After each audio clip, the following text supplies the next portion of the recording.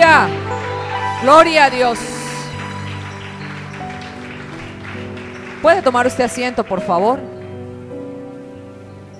Hoy estamos celebrando misiones y estábamos viendo algunos datos allí especiales de Corea del Norte.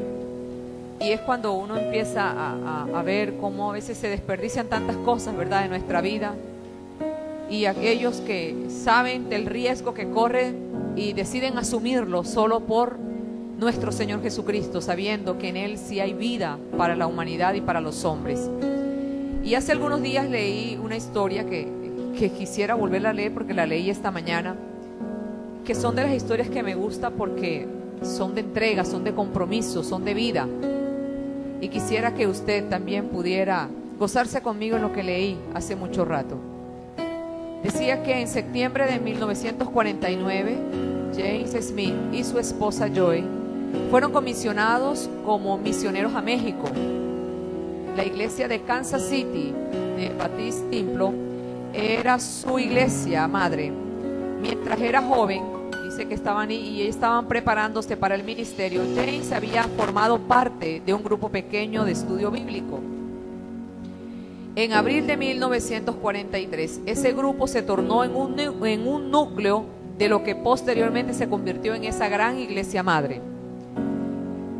Dice que los más de allí, de 42 años después de haber sido enviado, el gran Jim volvió a visitar esa iglesia allí en Kansas City, su iglesia, la que le había enviado, y la visitó por última vez. Joy, su esposa, había partido a estar con el Señor un par de años antes, víctima del cáncer. Jim también había luchado contra esa terrible enfermedad por varios años y ahora dice que los doctores le habían informado que le restaba allí unas cuantas o pocas semanas de vida. Jim Jr., misionero en el Ecuador, acompañaba a su padre en la visita. Él se encontraba confinado a una silla de ruedas, dice allí, y le hubiera podido allí dar su discurso y nadie se lo hubiese podido criticar. Sin embargo, había algo bien característico y era que dice que Jim estaba lleno de mucha vitalidad y el dolor era relativamente poco el que estaba manejando. Pidió, sin embargo, que lo llevaran a la plataforma en donde él podía apoyarse allí sobre el púlpito. Muchos dicen no recordar las palabras que realmente Jim dio ese día. No, creo que no resultaron tan relevantes. Lo que resultó relevante ese día en el discurso de este misionero por más de 42 años en México y que vuelve a Estados Unidos para despedirse realmente, fue algo bien sorprendente, que es lo que más me ha llamado la atención. Dice allí entonces que lo que nunca podrán olvidar es su anhelo insaciable de disfrutar cada momento allí, de cada momento que le estaba dando la vida, como si fuera la cosa más importante de la historia. Sus ojos, dice, exploraron la sala y capturaron todos los movimientos. Cada rostro, cada expresión atraía su gentil mirada. Él no quería perderse de nada. Esta era la iglesia que él amaba y que lo amaba a él. Y él se propuso disfrutar de cada palabra, persona, acción, sonrisa. No había ni siquiera una insinuación de autocompasión por su condición. Jim siempre había amado su vida, había respondido a la vida. Y muestra de ellos eran los 10 hijos que había tenido. Obviamente había aprendido a tener un carácter suave para no perder la cordura. Nunca he visto una persona más dedicada por entero a disfrutar cada milisegundo de la vida como lo era Jim en sus últimos días de vida. ¿No sería maravilloso poder pensar en esta hora en cada uno de nosotros si aprendiéramos a disfrutar la salud que tenemos, si aprendiéramos a disfrutar la juventud, si aprendiéramos realmente lo que tenemos en este tiempo y gozarnos y no dañarnos la vida como algunos se han propuesto realmente a dañarnos? Apenas un mes después de haber visitado su iglesia, partió para la gloria del Señor, con la gloria y a la gloria del Señor. Y hoy vale la pena que traiga esta historia porque hay compromisos que asumir. Y se serán los suyos al finalizar este sermón. Por eso quiero invitarle a que vaya conmigo al Salmo 119. Un salmo que hay que estudiarlo estrofa por estrofa porque es largo, pero es un salmo que tiene un contenido de vida maravilloso. Salmo 119.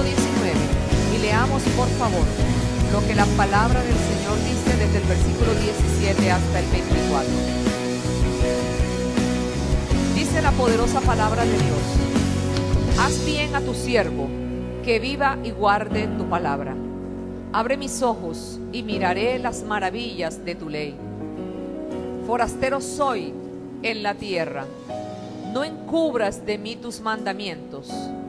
Quebrantada está mi alma de desear tus juicios en todo tiempo. Reprendiste a los soberbios, los malditos, que se desvían de tus mandamientos. Aparta de mí la deshonra y el menosprecio, porque he guardado tus testimonios.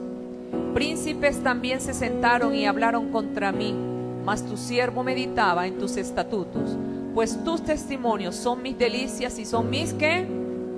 Consejeros.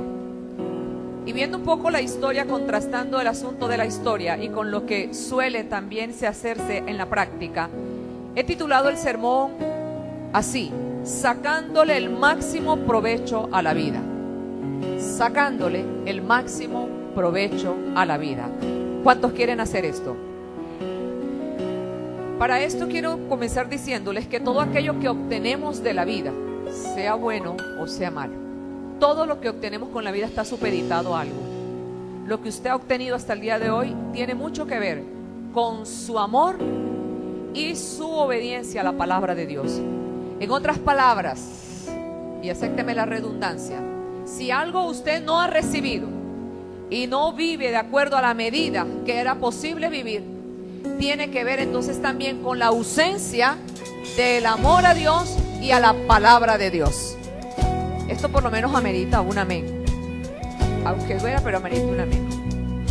Así que cuando yo miro esto me acuerdo de decisiones que he venido tomando a lo largo de mi vida. Y una de las decisiones que he tomado de manera muy radical, y cuando veo vidas también como esta, reafirmo mis convicciones. Y es que quiero aprender realmente a vivir todo el segundo, el milisegundo que Dios me da. Las personas se esfuerzan por hacerse desdichados sus momentos y sus vidas.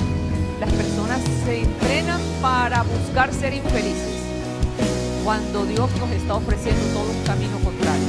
Y yo hace mucho rato decidí que mi vida la viviría y no me quiero perder de nada de lo que Dios tenga para mí. Espero que usted también disponga de no perderse nada de lo que Dios tiene para usted. Y esto va a requerir de muchas cosas que se las voy a enseñar a lo largo del sermón. Pero hay algo que también es digno de admirar, y es algo que Samuel expresó, y que también quiero que al final de mis días yo pueda decir lo mismo que dijo Samuel. Samuel dijo: Señor, no he echado por tierra ninguna de tus palabras. Es decir, aprendió Samuel a caminar, a tener presente la palabra de Dios y caminar en pos de ella. No he echado por tierra, Señor, ninguna de tus palabras. Que puedas decir lo mismo y no poder, ¿verdad?, todo de manera contraria, decir: nunca tuve en cuenta tu palabra aunque la conocía. Nunca la tuve en cuenta. Vemos entonces aquí que si yo llevo estas actitudes de la palabra de Dios, siempre voy a tener una seguridad, y la seguridad será sacarle la máxima bendición a la vida. ¿Cuántos quieren sacarle la máxima bendición a la vida? Para esto, mis amados hermanos, quiero decirte que en los 8 versículos que acabamos de leer, esa estrofa que está allí conformada desde el versículo 17 hasta el 24, yo encontré 3 prácticas, diga conmigo, 3 prácticas que necesitamos desarrollar en nuestra vida si lo que usted desea es sacarle el máximo provecho y bienestar a la vida. Y las quiero compartir con ustedes. Y allí es donde empezamos a analizar y a entender algunas cosas, porque pretendemos unas, pero curiosamente hacemos lo contrario en la vida de lo que queremos obtener. La primera, por favor, vuelve y acompáñeme del versículo 17 al 19, porque ahí está la primera práctica. Y dice la palabra así: haz bien a tu siervo, que viva y guarde tu palabra. Abre mis ojos y miraré las maravillas de tu ley. Forastero soy en la tierra, descubras de mí, ¿qué? Tus mandamientos. Entonces la primera práctica es aprender la palabra de Dios. Dígalo conmigo, aprender la palabra de Dios. Y usted dice, pastora, pero si yo llevo 10 años de estar convertido. Otro dice, yo llevo 15. Otro puede decir, yo te gano, llevo 20. Y a lo mejor otro dice, no, pero yo ya comencé, estoy viniendo a la iglesia. Eso no garantiza que haya aprendido la palabra de Dios. Y por eso es que tenemos que sumergirnos allí para poder saber qué es lo que hemos estado haciendo en los tantos años o hemos dejado de hacer en los tantos años que hemos conocido del Señor. Aprender la palabra de Dios indudablemente se necesita que se establezca un compromiso muy fuerte, un compromiso muy sólido allí, aprender la Biblia. Y es que para aprender la palabra de Dios realmente no es fácil porque no es algo natural. Mire, no es natural que usted anhele dedicarle 1 hora, 2 horas a la lectura de la palabra en estudio. No es natural que usted quiera sacarle tiempo a Dios, no resulta nada. Esto tiene que ver más con un compromiso fehaciente en el corazón de un hombre, de una mujer que habiendo tenido un encuentro personal con Jesús, sabe que allí tiene su oportunidad de vida. Sabe que a partir de ese momento las cosas pueden cambiar rotundamente en él o en ella. Aprender la palabra de Dios significa cosas como esta. Entonces, es necesario poder ver que se requiere mucha disciplina, demasiado disciplina. Yo me encuentro aquí que desde el versículo 17 al 19, David muestra que hemos de ser 3 pasitos que muestra en la primera práctica. Fíjese que él dice, debo aprender la palabra de Dios. Y hace énfasis en 3 cosas que también es preciso tenerlas en cuenta. El primero de ellas es ser siervos. Necesitamos ser siervos porque dice el versículo 17, haz bien a tus siervos, que viva y guarde tus palabras. Es decir, que de entrada David está hablando de la condición del corazón de un hombre y una mujer que dice estar acogido bajo la voluntad y la cobertura del Señor, como lo es usted. Así que esta prédica realmente es para su vida. ¿Cuántos pueden decir amén? Hemos visto la necesidad de establecer un compromiso de aprender la palabra de Dios, aprenderla, porque no es posible aprenderla solamente porque se quiere. Uno se sorprende con ver grandes exponentes de la filosofía o del pensamiento humano. Yo me sorprendo ver un Sócrates, ver un Aristóteles, ver toda esta gente que tiene planteamientos allí. Solo que hay una diferencia muy grande. Y es que ellos, por más conocimiento que pudieron alcanzar, nunca pueden desarrollar y pudieron conocer la verdadera esencia de lo que consiste vivir. Porque para esto no se requiere conocimiento, se requiere mucha humildad. Grandes exponentes estudiosos no pueden ir mucho más allá, porque se necesita que el corazón sea un corazón sencillo, que el corazón aprenda a estar doblegado, que el corazón en otras palabras tenga una condición. Y hace un momento yo leí lo que el apóstol Pablo decía. Dice allá en 1 Corintios 2:17, dice que las cosas de Dios, o sea que usted no puede hablar de lo sobrenatural con el natural, porque lo voy a parafrasear, porque para el natural las cosas del Señor son locura. Dice que lo espiritual debe discernirse espiritualmente. En otras palabras, está queriendo decir que la única manera de poder comprender la verdad de Dios es que el Espíritu de Dios sea su maestro, y no sea el conocimiento, y no sea la soberbia del corazón, y no sean otros tipos de componentes. Es necesario.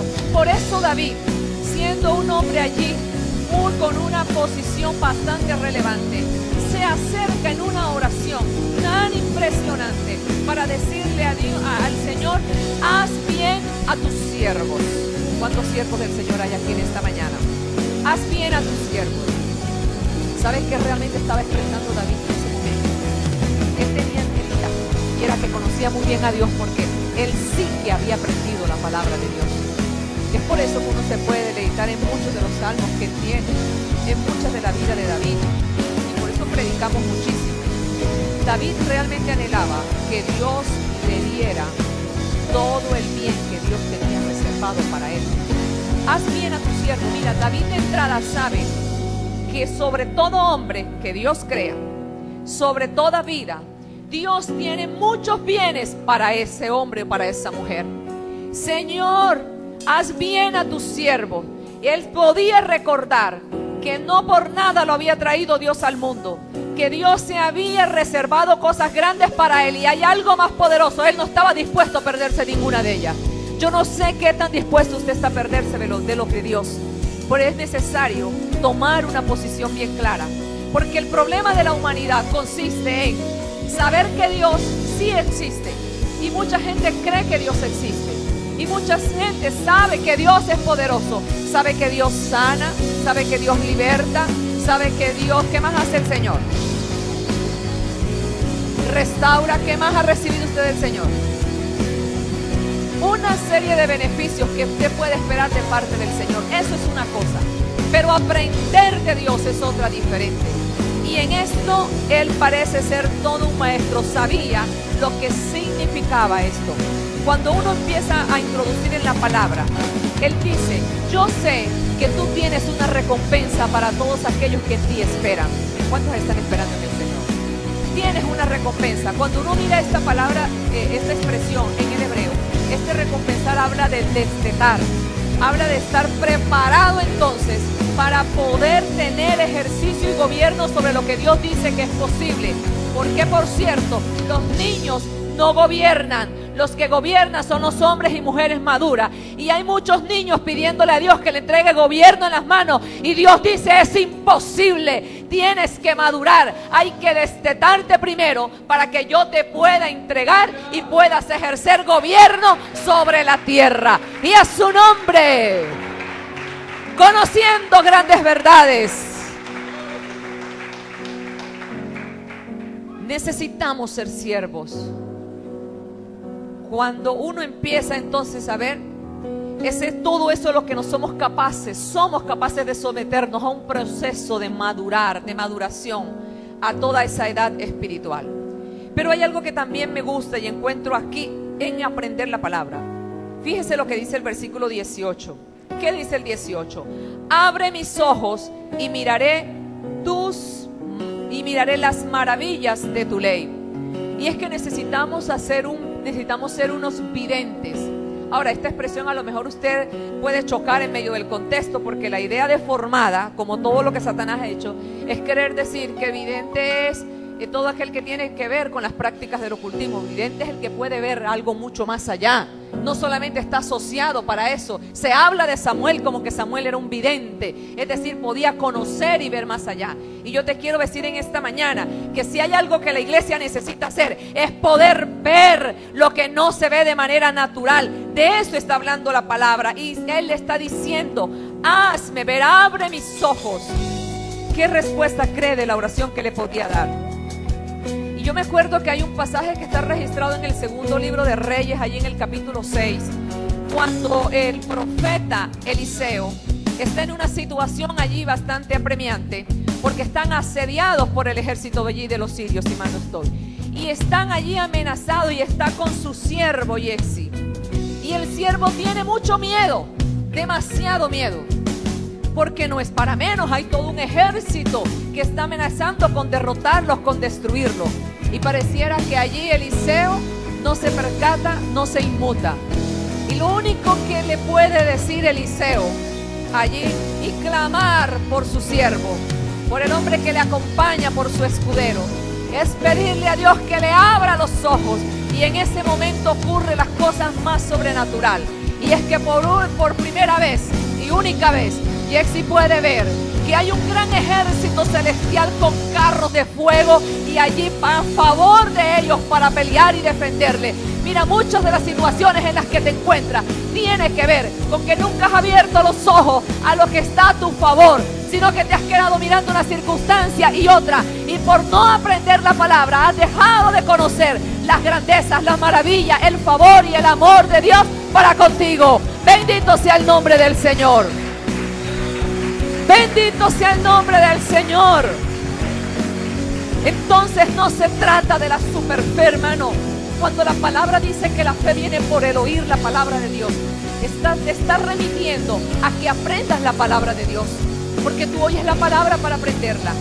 Cuando tú encuentras expresiones como esta, Dios dice, aprende mi palabra, porque en el día de la necesidad, en el día de la aflicción, en el día del quebranto, lo único que te va a sacar adelante es mi palabra. Y es cuando tú, estando frente a ella, tú puedes recordar que la palabra de Dios, que por cierto es eficaz, es verdadera. Tú dices, Señor, tu palabra dice que no hay justo desamparado, ni su descendencia que mendigue pan. Así que como mi necesidad es económica, yo sé, Señor, que tú eres mi socorro. Yo sé, Señor, que a mí nada me va a faltar. Yo sé, Señor, que mi casa no va a sucumbir en medio de la necesidad, porque tu palabra eso dice, Señor. Bendito sea el nombre del Rey y a su nombre. Gloria a Dios. Hermanos, aprender la palabra significa entonces que estás capacitado para ver. Eso te entrena para ver y no te enredas en asuntos. Mira, hoy mucha gente se ha perdido de posiciones y condiciones que para hoy debían tenerla, solo por no aprender la palabra del Señor, porque han sucumbido frente al momento de crisis, porque el hecho de no conocer la palabra los ha desviado. El hecho de no conocer la palabra los ha hecho tomar decisiones. Dile, Señor, abre mis ojos, Dios mío. Yo también, Padre, por tu palabra dice que yo puedo conocer. Y aunque tú te sientas amenazado, amenazada, aunque sientas situaciones que te rodean bastante difíciles, estás capacitado por Dios para ver lo que está a tu favor. Y es cuando el alma se sosiega, y es cuando conoces la paz. Cuando puedes decir amén. Gloria a Dios. Si vas a aplaudir, aplaude al Señor. Bendito sea su nombre.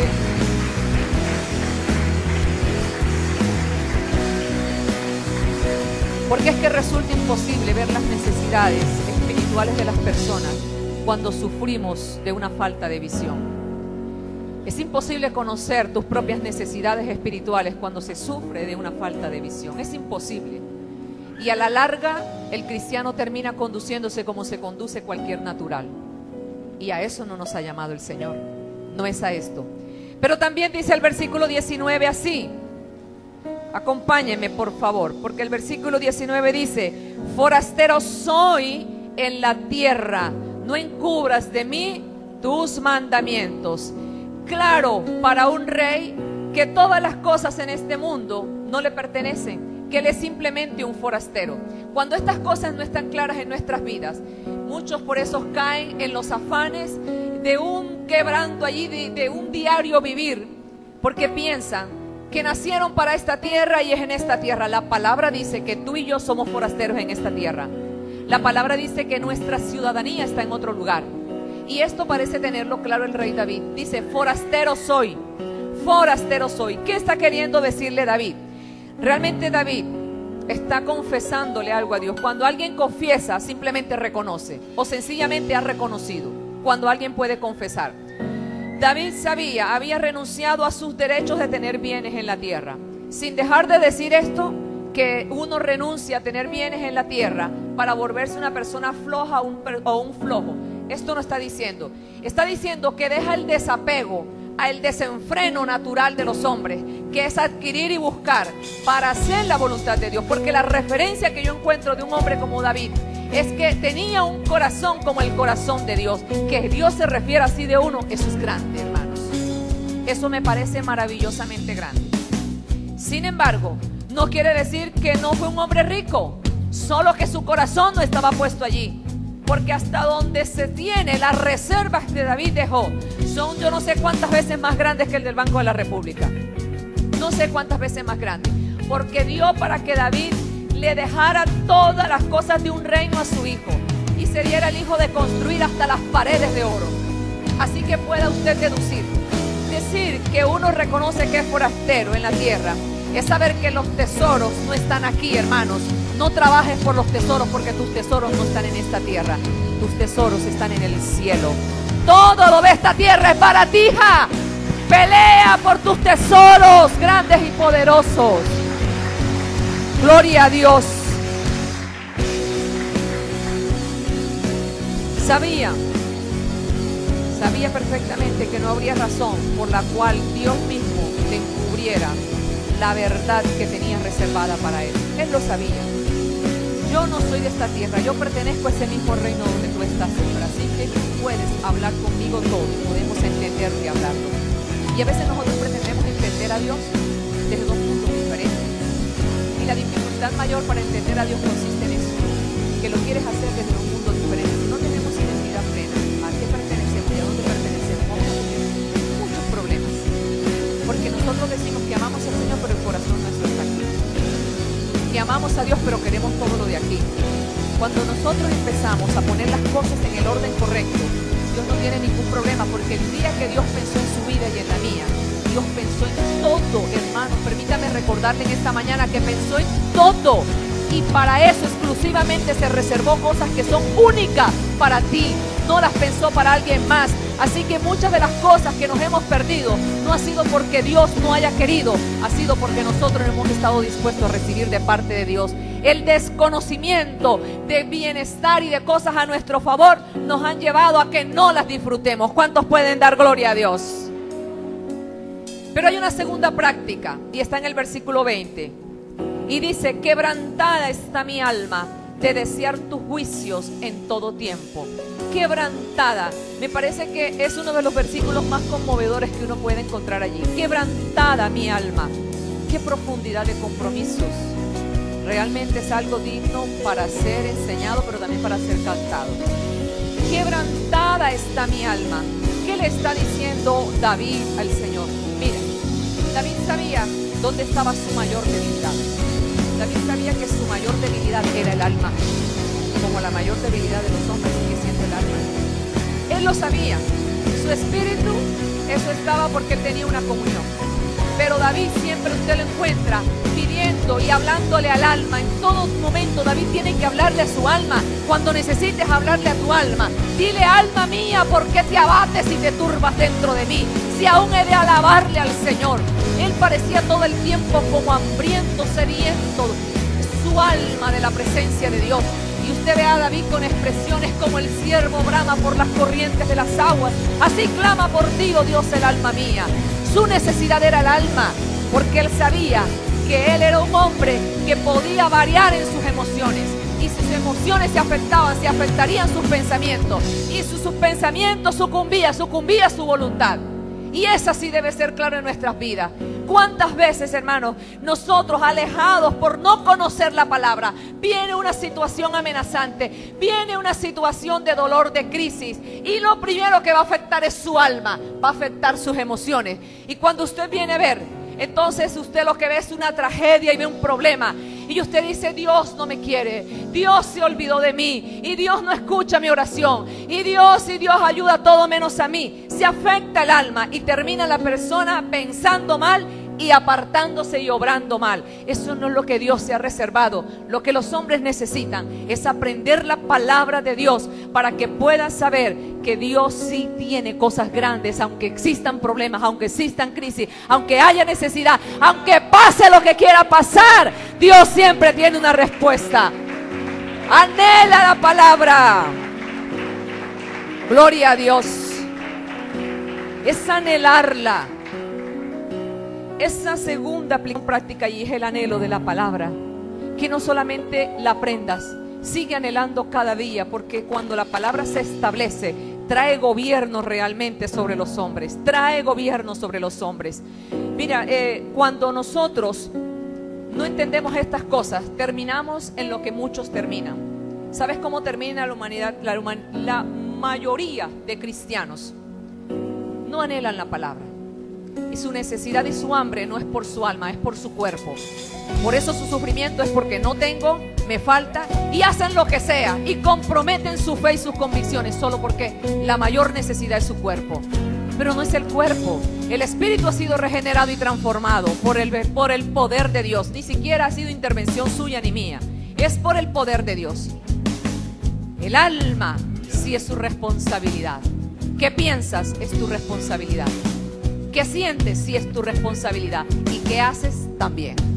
Así que allí donde nosotros identificamos. Pero pareciera que eso pasa a un segundo lugar. Porque que estamos más interesados en la necesidad del cuerpo. Señor, necesito, Señor, dame. Y yo no digo que sea malo pedir por esto. Yo he dicho, es dónde está la centralidad de tu vida. ¿Está en tu alma o está en tu cuerpo? Eso sí que es diferente. Eso sí que es diferente. Anhelaba la palabra del Señor y sabía que ahí estaba su secreto. Sabía que lo tenía allí.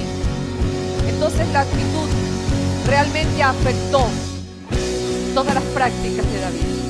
Porque constantemente David sabía que si él no cuidaba su alma, él terminaría haciendo cosas terribles. Y cuando la descuidó, lo pagó muy caro. Porque usted sabe que la descuidó en algún momento y lo pagó muy caro. Solo que no estaba dispuesto siempre a repetir lo mismo. La tercera aplicación práctica que yo encuentro allí está en el versículo 21 al 24.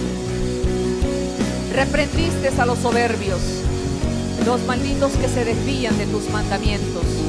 Aparta de mí la deshonra y el menosprecio, porque he guardado tus testimonios. Príncipes también se sentaron y hablaron contra mí, mas tu siervo meditaba en tus estatutos, pues tus testimonios son mis delicias y mis consejeros. Apoyándose en la palabra es la otra aplicación. Aprende la palabra, anhela la palabra y apóyate en la palabra. ¿Cuántos pueden decir amén? Entonces uno haciendo un poquito aquí de reflexión sobre el alma quebrantada por la palabra de Dios, David realmente lista algunos de muchos beneficios que se pueden derivar allí de la vida. De una vida que está dispuesta a sacarle el máximo provecho, y la sacarás en la palabra. Porque a lo mejor has creído que el máximo provecho se saca es haciendo lo que no debes hacer. Porque uno escucha en la vida es que hay que disfrutarla. ¿Y cómo la quieren disfrutar? La gente la quiere disfrutar emborrachándose, la gente la quiere disfrutar en adulterio, en fornicación, porque es que hay que disfrutarla. Eso es matarla todavía más rápido. Eso es como veneno allí letal sobre una vida. Disfrutar la vida es precisamente conocer por la palabra qué es lo que exactamente tienes que hacer para vivir. Y entonces, mis amados hermanos, cuando estés frente a las situaciones, tú podrás disfrutarla, porque sabes que Él sigue siendo todopoderoso, que Él sigue teniendo el control, que para Él no hay nada imposible y que sencillamente Él es tu Dios y tu Padre. Y nunca te abandonará, nunca te dejará. Bendito sea el nombre del Señor. Gloria a Dios. Gloria a Dios. Ahora bien, estos últimos versículos allí que describe realmente tienen implícitas sus propias prácticas. Si hay una práctica allí bien general, realmente en apoyarse en la palabra, ella tiene implícita otras más, y que son circunstancias del día a día. Fíjese, y es que nosotros aprendemos a apoyarnos en la palabra de Dios. Allí el encarar muchas cosas, cuando aprendemos a encarar la soberbia, cuando aprendemos a encarar los prejuicios, cuando aprendemos a encarar a los príncipes y cuando sencillamente aprendemos a encarar cualquier problema. Así que si usted quiere sacarle el máximo provecho a la vida, son necesarios que aprenda a ir mucho más allá de la teoría a la práctica, pero para eso tiene que estar muy bien entrenado, es por la palabra de Dios. Muchas de la falta de práctica es la ausencia de la palabra de Dios en la vida nuestra. Muchas de esas ausencias. Y que usted pueda encontrar cada día el camino que le propone los mismos desafíos. Fíjese que lo primero que dice él es aprendiendo a encarar los soberbios. Es por eso que el versículo 21 dice: reprendiste a los soberbios. Los reprendiste. ¿Y sabe usted cuáles son? Mire, el lazo que tiene Satanás para guiar a sus súbditos se llama soberbia. Ese es el lazo con el que Satanás guía a sus súbditos, la soberbia. Y David la tiene claro. Él sabe que no puede aplacar la soberbia de los hombres, pero sí sabe qué hacer cuando esté frente a alguno de ellos. Y es lo que también necesitamos aprender. ¿Cuántas veces al estar frente a la soberbia de los hombres se ha puesto en posiciones todavía peor que las de ellos? ¿Cuántas veces? David nunca tuvo que cobrárselas. No le cobró nada a nadie. No tenía allí, sabía que no tenía nunca la última palabra. Y a mí me encanta saber que humildemente David siempre ponía los asuntos de fuerte necesidad en las manos más capaces. ¿Has podido hacer eso? ¿Poner tus asuntos en las manos más capaces? Él no decía de que me las paga, y ahora verá cómo se las voy a cobrar. No tenía unos asuntos pendientes. Es sorprendente cuando se levanta la soberbia, cómo David puede dejar allí. Mire, cuando su propio hijo Absalón se levanta, porque fue un acto de soberbia la de Absalón, sí, de rebeldía, tiene otras connotaciones, pero comenzó allí. No vemos a un David, no, humildemente él sale, abandona para guardar lo suyo y sale del palacio y dejó el asunto en las manos capaces. ¿Cuántas cosas has dejado de vivir por haberlas puesto en tus propias manos? Y yo te invito en esta mañana a que hagas de la misma manera. Cuando el soberbio se levante delante de ti para querer humillarte, para querer desacreditarte, para querer menospreciarte, porque eso hace el soberbio, que puedas tú decir: yo no haré nada en contra de él ni de ella, lo voy a poner en las manos de mi Señor, lo voy a dejar en las manos más capaces de resolver cualquier asunto. ¿Cuántos pueden decir amén? También veo que aprendió a encarar los prejuicios, porque dice el versículo 22: aparte de mí la deshonra y el menosprecio, porque he guardado tus testimonios. Aparta de mí. Cuando los soberbios atacan, mis amados hermanos, ¿sabes para qué es? Para provocar, para herir, para menospreciar, para ridiculizar, para todo tipo. Pero esas son manifestaciones de la soberbia y usted tiene que tenerlas claras. Entonces, lo que yo encuentro aquí es que usted tiene que aprender a no querer llenarse. Es que si yo no hago nada, entonces van a pensar que yo soy tonto. Si yo no hago esto, van a creer esto otro. Aparta los prejuicios de tu vida y vive como Dios dice que debes vivir, para gloria y honra suya, para gloria y honra del Señor. ¿Cuántas cosas Dios está esperando de su pueblo? ¿Cuántas cosas Dios está esperando de ti desde que te convertiste? ¿Cuántas? Pero no le has sacado el máximo provecho a la vida. Es por eso que las 24 horas del día no te rinde. Y la gente quiere más horas del día. ¿Como para qué? Para seguir matando el tiempo. Todos tenemos 24 horas en un día. Y el máximo provecho no se saca porque nosotros, por desconocimiento de la palabra, vivimos enredados en nuestros problemas y en nuestros asuntos, sabiendo que las manos del Dios Todopoderoso son tan capaces para resolver hasta lo que parece imposible. Hasta lo que parece imposible. Y Dios está queriendo que muchos, Dios tiene un pueblo, un remanente que se llama la iglesia, para que tome posición y pueda ocupar espacios como Corea del Norte. Pero la gente sigue solamente enredada en su metro cuadrado y no está pendiente a que Dios le está llamando a otras cosas, y no está viviendo las grandes experiencias del poder, de la maravilla y de la gloria de Dios, porque están enredados creyendo que Dios está limitado. Pero yo te tengo noticia: Dios no tiene limitación ninguna. Dios es todo poder, todo poder. Bendito sea su nombre. Gloria a Dios. Y esto solamente lo puedes hacer cuando has aprendido la palabra de Dios, cuando tu alma la anhela y cuando sencillamente te aprendes a apoyar. Mira, nosotros como pastores constantemente estamos expuestos a que nos escarnezcan, al oprobio, a la calumnia, a la crítica. ¿Cuántas cosas? Eso parece ser una constante. El que dijo allá, el que dijo acá, de manera que se levantan dentro de nosotros mismos, dentro de la gente que está con uno. Y uno dice: ¿cómo es posible? Expuesto. Pero a alguien que conoce, que se ha apoyado en la palabra, que ha aprendido en la palabra, sabe que no tiene que tomar sus asuntos en sus manos y que sencillamente debe descansar en un Dios que todo lo ve, que todo lo conoce y que todo lo puede. Hermanos, porque no es que Dios mande fuego del cielo y allí y queme y chamusque a más de uno. No, es que puedan arrepentirse y alcanzar de esa gracia bendita que Dios ha dado. Y eso lo sabemos, que hay que orar para que Dios haga estas cosas. Así que no temas cuando el soberbio se levante, de poder decirle: Señor, Él está en el lazo de Satanás, pero libéralo, Señor, para que pueda, Señor, estar contigo y conocer de lo que yo conozco.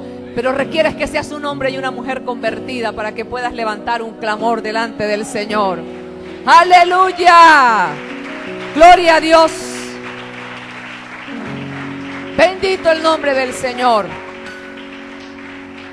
Dice el versículo 23: príncipes también se sentaron y hablaron contra mí, mas tu siervo meditaba en tus estatutos. Oiga, ¿cuánta sumisión? ¿Sabe qué es esto de que los príncipes se levantaron contra él? Está hablando, está haciendo la palabra alusión a las personas de autoridad. Así que es posible que también tú hayas sido objeto de que un príncipe se haya levantado, una persona de autoridad se haya levantado contra ti, tu jefe, alguien que represente autoridad. Y para él también se levantaron, príncipes se levantaron contra mí. ¿Pero qué hizo él? ¿Les puso mala cara? Porque hay gente que no dice nada en palabras, pero en actitudes sí. Y vuelve el asunto más gravoso. Si nosotros decimos que el Espíritu de Dios está en nosotros, mis amados hermanos, eso demanda de una postura también diferente. Porque no es posible producir dos cosas al tiempo. Dijo allá Santiago, el hermano de Jesús, en su epístola. Dice que de una misma fuente no puede salir agua amarga y agua dulce. No puede salir. Así que si el corazón es receptor de la bondad de Dios, del reino de Dios, no puede al mismo tiempo ser receptor del reino de las tinieblas. Así que cuando veas que se quiere asomar la soberbia, el orgullo, la rabia, tienes que saber que eso no es de Dios y la palabra lo dice. Acercarme a la palabra para que ella me pueda enseñar y no pueda aceptar ese tipo de conductas en mi vida. ¿Cuántos dicen gloria a Dios? Se levantarán príncipes, pero Él sigue siendo el Señor, el Rey de reyes y Señor de señores, que pelea a favor de su pueblo. Oh, yo glorifico al Señor. Glorifico al Rey eterno. Y el Señor allá lo dijo también, es de la boca del mismo Jesús. Usted lo encuentra en Mateo 10 allí. No sé si los hermanos nos lo ponen. Mateo capítulo 10, versículo del 17 al 20. Cuando hace un registro el mismo Señor Jesucristo, que llegarían esos días en que se levantarían. Dice, y guardaos de los hombres, porque os entregarán a los concilios y en sus sinagogas os azotarán. Que sigue diciendo el 18, y aún ante gobernadores y reyes seréis llevados por causa de mí para testimonios a ellos y a los gentiles. Sigue hasta el 20. Mas cuando os entreguen, no os preocupéis, aunque te entreguen, hermano, no os preocupéis, porque cómo o qué hablaréis, porque en aquella hora os será dado lo que habéis de hablar. Porque no sois vosotros los que habláis, sino el Espíritu de vuestro Padre que habla en vosotros. Todo está bajo el control de Dios, hermanos. Vive al máximo la vida haciendo lo que Dios dice que tienes que hacer, para que a la vez seas testigo de las cosas que Dios dice que puedes ver. Que puedes ver. Pero también dice encarando los problemas. El versículo 24 dice, pues tus testimonios son mis delicias y mis ¿qué? Mis consejeros. Qué bueno es el Señor. Y digo qué bueno porque Dios lo reservó y lo cuidó todo. Si la palabra del Señor es su delicia, entonces usted también tiene que aprender esta lección.